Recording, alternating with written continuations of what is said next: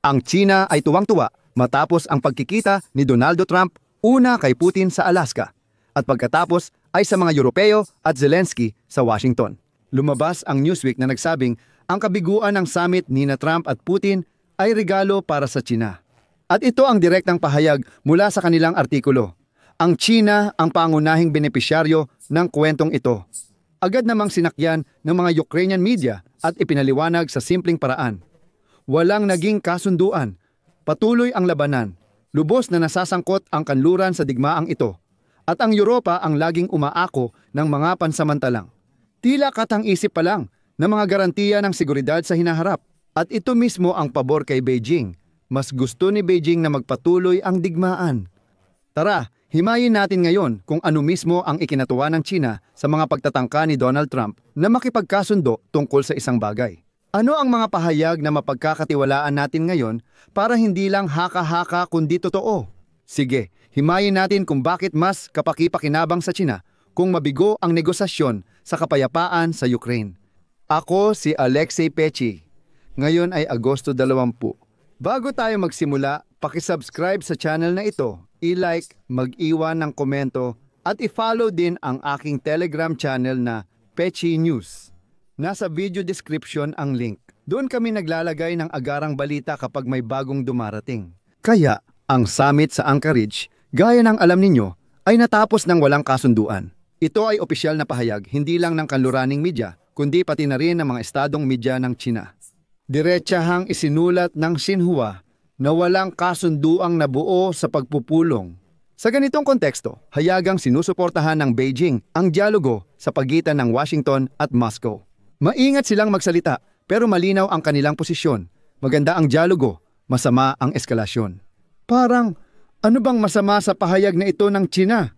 Kung isasalin sa geopolitika, habang tumatagal ang pagtatalo ng mga panig, habang tumatagal ang negosasyon na walang resulta, lalong lumalawak ang galaw ng China sa Asia at sa mga pamilihan ng yaman. Ang partidong pahayagan ng China ay naglagay ng diin ng walang pag-aalinlangan. At ang diaryong Global Times ay naglabas ng editorial na column na may pamagat na halos ganito. Formula, masasabi ko, dialogo at negosasyon ang hindi maiiwasang landas. Binigyang diin ng mga eksperto sa artikulo ang simbolismo ng pagpupulong at ang pantay na atmosfera. Ang kahulugan para sa mga mambabasang Chino ay ganito. Maaaring magpataw ng presyon ang Estados Unidos, pero sa huli ay babalik pa rin sila sa pag-uusap. Ibig sabihin, nagbubunga ang modelo ng China, ang pagtitiyaga sa kasunduan at mahabang laro. Sa parehong artikulo, binanggit na posibleng magtagal pa ito. Kaya mas mabuti siguro para sa mga Amerikano na gayahin ang modelo natin. Kailangan lang ng tiyaga, mag-ipon ng pasensya at magmasid. Ayon sa Global Times, sinabi ni Mauning ng Ministry ng Ugnayang Panlabas ng China na itutulak ng China ang kapayapaan sa sarili nitong paraan. Napakailap ng sagot niya, lalo na nang tanungin kung handa bang maging garantor ang Beijing para sa Ukraine. Ganito ang sinabi niya, isa itong klasikong Chinese na, oo, pero sa totoo lang, hindi. Sabi niya, suportado namin ang pagbibigay seguridad sa Ukraine, pero hindi namin aakuin ang pangunahing responsibilidad. Bakit? Kasi dito rin nila ginamit ang linya ni Trump, hindi ito ang kanilang digmaan. Ang panig ng Amerika sa kabila ng lahat ay nagbigay ng bonus sa China at ito ay pang-ekonomiya pa. Batay sa resulta ng mga pag-uusap na ito, sinabi ni Ministro ng Pananalapi ng Estados Unidos na si Scott Bessent na ang kasalukuyang kalagayan ng ugnayan sa China ay gumagana ng maayos. Naiintindihan mo, nabigo ang kanilang mga negosasyon sa kalakalan at pinalawig pa ni Trump ng 90 araw ang tigil sa mga taripa sa isa't isa. Para kay Bessent, maayos ang ugnayan nila sa China. Ibig sabihin, in-extend ang tigil taripa ng 90 araw at tuloy ang pag-uusap. Walang malalaking maso. Gaya ng sinabi rin ni Scott Bessent, sa ngayon, walang masong ipapalo sa ekonomiya ng China. Pero ayon kay Bessent, maayos naman ang lahat. Sa Europa, iniisip kung paano magbigay ng garantiya sa Ukraine at sa Washington kung paano mapanatili ang ekonomiya bago eleksyon. Pero alam ng Beijing na posible pa ring ipagpatuloy ang sapilitang pagkakaugnay. Hindi ibig sabihin na sumuko ang Estados Unidos. Pero ang pahinga ay parang oxygen para sa industriyang Chino Kabilang na ang mga kumpanyang nagbibigay ng suporta sa ekonomiyang militar ng Russia sa pamamagitan ng pagbebenta ng mga produktong may dalawang gamit. Ito ang opisyal na industriya ng China. Maingat ngayong inilalathala ng medyang Chino, mas mabuti ang anino ng kapayapaan kaysa ulap ng digmaan, ayon sa artikulo ng China Daily. Talagang matibay ang lohika. Kung hindi pwedeng mabilis at mahigpit sa Europa, gawin natin ito ng dahan-dahan at flexible. At ito mismo, ang formula na pabor sa Beijing, malamya. Ang negosasyon ng kanluran at Russia ang dahilan kaya nakatali ang Estados Unidos at European Union sa Ukraine. Abala ang China sa pagpapalakas ng impluensya sa Asia, paglago ng export, pagpapatibay ng lohistika at pagtutok sa Taiwan, ayon sa China Daily. Bukod pa rito, hayagan ng binabanggit ng mga tagamasid sa kanluran ang interes ng China, wala ng diplomatikong pagpapanggap. At ang nabanggit na Newsweek ay ilang ulit pang inuulit ang ideya na ang China talaga ang may pinakamaraming makukuha. Kung ang Estados Unidos at Russia ay maipit sa usapang magkasundo na lang sa susunod o gaya ng tawag ko rito, nagkasundo na parang hindi naman talaga, ang China lang ang makikinabang dito. Dito, pwede tayong makabuo ng nakakabahalang konklusyon. Kung ang agresyon ni Putin, kung ang agresyon ng Russia sa Europa ay nagbubunga ng pakinabang, kung nakukuha niya ang gusto niya, malaki ang magiging epekto nito sa paraan ng pagpigil sa Asia. Ito ay isang direktang ugnayan ng Ukraine at Taiwan at nakikita ito ng Beijing kahit na sa publiko ay nagpapanggap silang prinsipyo lang at wala nang iba. Ibig sabihin, malinaw na alam ng China, kung ngayon makakakuha ang Russia ng ilang teritoryo ng Ukraine, aalisin ang mga parusa sa kanila at walang matatanggap na reparasyon o kompensasyon ang Ukraine. Bakit hindi subukan sakupin ng Taiwan? Wala namang epekto sa agresor. Maging tapat tayo ukol sa ekonomiyang militar. Sa nakalipas na 2 taon, China ang pangunahing oxygen ng industriyang dual-use ng Rusya. Kasama rito ang elektronika, makina, bahagi, gulong, kemikal at iba pa. Akala mo'y para lang ito sa kapayapaan, pero alam nating ginagamit din ito sa militar sa utos ni Isa. Ang Radyo Svoboda ay nagpaalala na sinabi ni Van Isa sa mga Europeo na hindi tatanggapin ng Beijing ang pagkatalo ng Rusya. Hindi ibig sabihin na gusto ng China ang digmaan. Nais lang nitong hindi matalo ang Rusya. Kasi kapag natalo, magkakagulo at magiging daan ito sa Amerika na mapalapit sa hangganan ng China. Sa kabila ng palpak na summit sa Alaska, ayon sa marami, hindi humihina ang linyang ito. Sa halip, lalo pa itong tumitibay. Walang ibinigay na carte blanche ng mga parusa laban sa China sa Amerika. Sa halip, nanatili ang status quo. Sabi ni Scott Besson, ayos lang. Nagpatupad tayo ng 70 araw na pahinga sa taripa.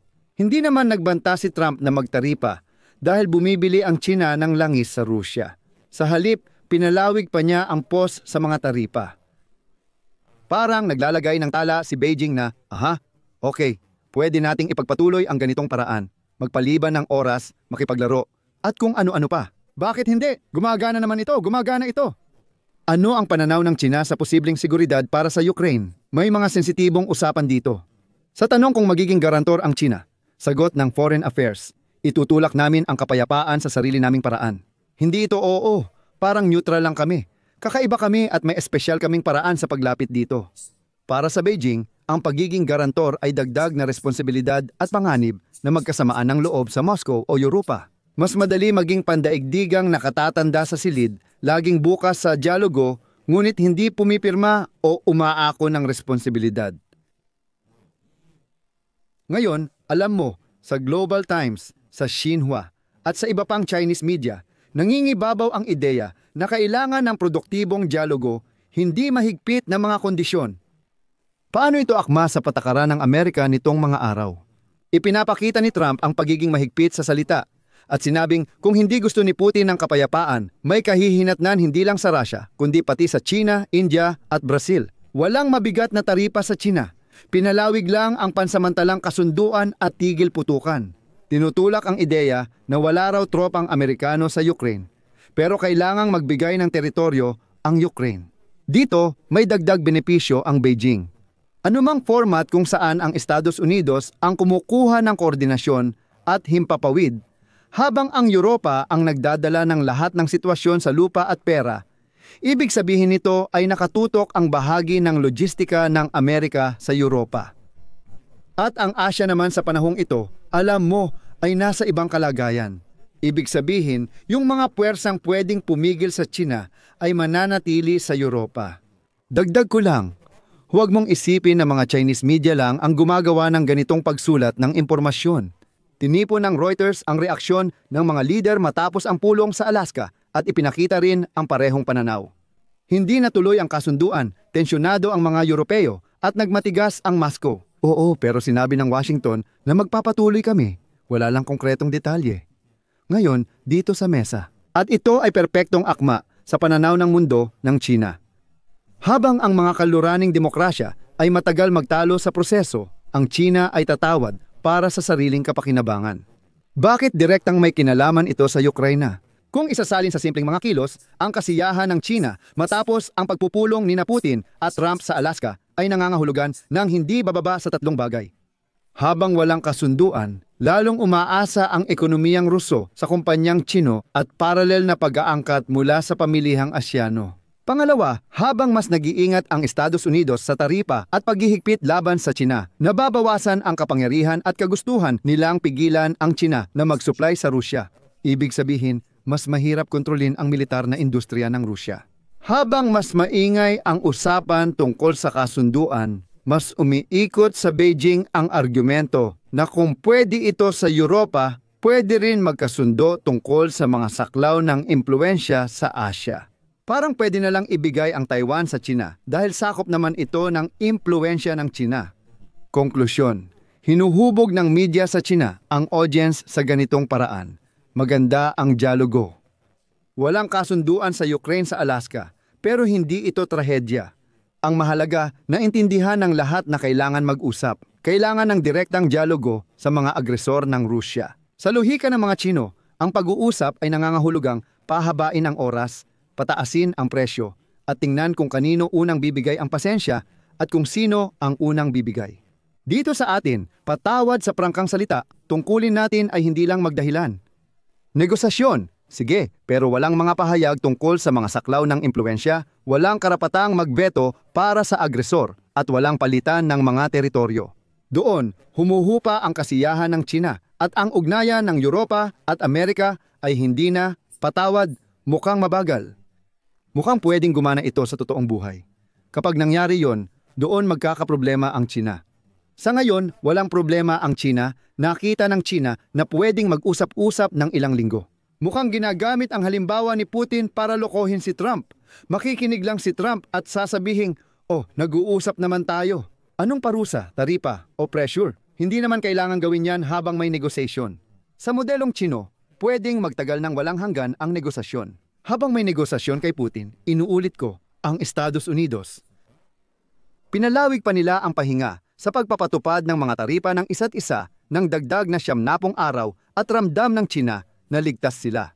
Dito ko ilalagay ang tutuldok.